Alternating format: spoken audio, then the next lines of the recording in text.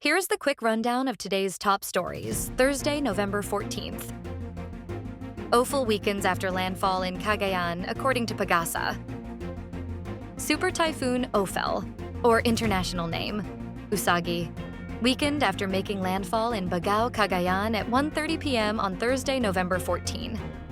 The Philippine Atmospheric, Geophysical, and Astronomical Services Administration said Ofel has been downgraded to a typhoon, though it remains a destructive cyclone, packing maximum sustained winds of 175 kilometers per hour near its center and gusts reaching 240 kilometers per hour.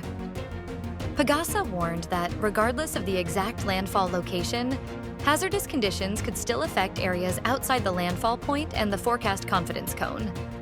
Intense to torrential rainfall that is over 200 millimeters may persist in Cagayan and Isabela over the next 24 hours. Ilocos and Cagayan Valley Regional Disaster Risk Reduction and Management Councils on alert as Ofel approaches.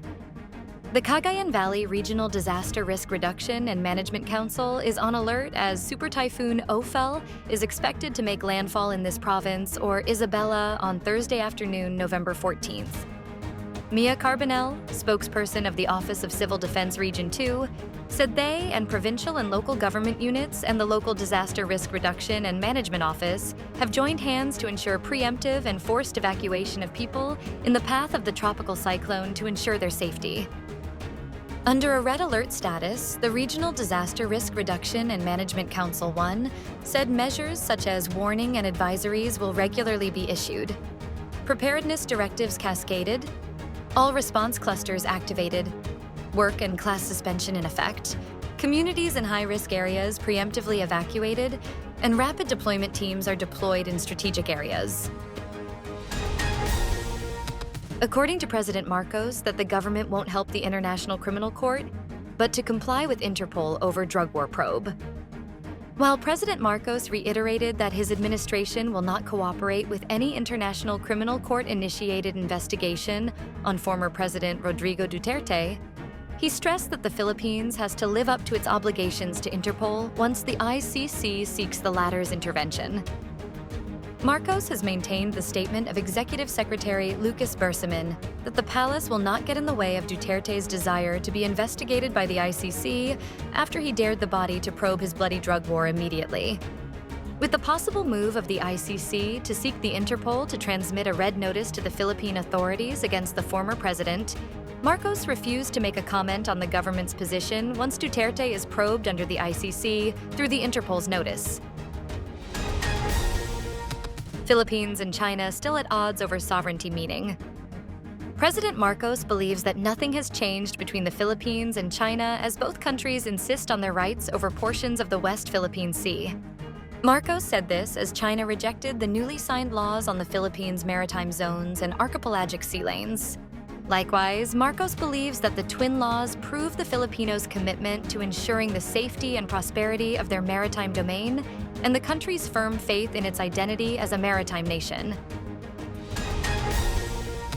The Department of Budget and Management infuses 875 million pesos into Department of Social Welfare and Development's Quick Response Fund. Budget Secretary Amena Pangandaman has approved the release of 875 million pesos to replenish the Department of Social Welfare and Development's Quick Response Fund to ensure timely support for families affected by typhoons. Under this year's General Appropriations Act, the National Disaster Risk Reduction and Management Fund may be used as an additional funding source for the Quick Response Fund of implementing agencies when their balance drops below 50%, provided they secure approval from the DBM. Pangandaman further stated that the funding is essential for the DSWD to continue providing assistance to families impacted by the typhoon. Trump makes a victor's return to Washington to meet with Biden and GOP lawmakers. President Joe Biden will welcome Trump to the White House on Wednesday for an Oval Office visit that is a traditional part of the peaceful handoff of power, a ritual that Trump himself declined to participate in 4 years ago. Trump also planned to meet with Republicans from Congress as they focus on his day one priorities and prepare for a potentially unified government with a GOP sweep of power in the nation's capital. His arrival amid Republican congressional leadership elections could put his imprint on the outcome.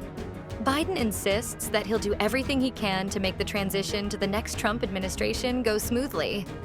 That's despite having spent more than a year campaigning for re-election and decrying Trump as a threat to democracy and the nation's core values. Chiefs eliminate the Knights from semis race in NCAA. Arellano University Chiefs eliminated the Letran Knights from the Final Four race with a nail-biting 67-65 victory in the NCAA Season 100 men's basketball at the Phil Oil Eco Oil Center in San Juan City. Though already out of semifinal contention, the Chiefs still displayed grit, especially in the crucial moments, to extend their winning streak to 3 games and improve their win-loss tally to 7-10 with 1 game left in the season. Letran, for its part, ended the season with a heartbreak, absorbing its 10th defeat against 8 wins for solo 6th and kissing its semis hopes goodbye. Stay updated with the latest news. Visit our website at www.mb.com.ph or follow us on social media. Thanks for tuning in to the Manila Bulletin Daily Rundown.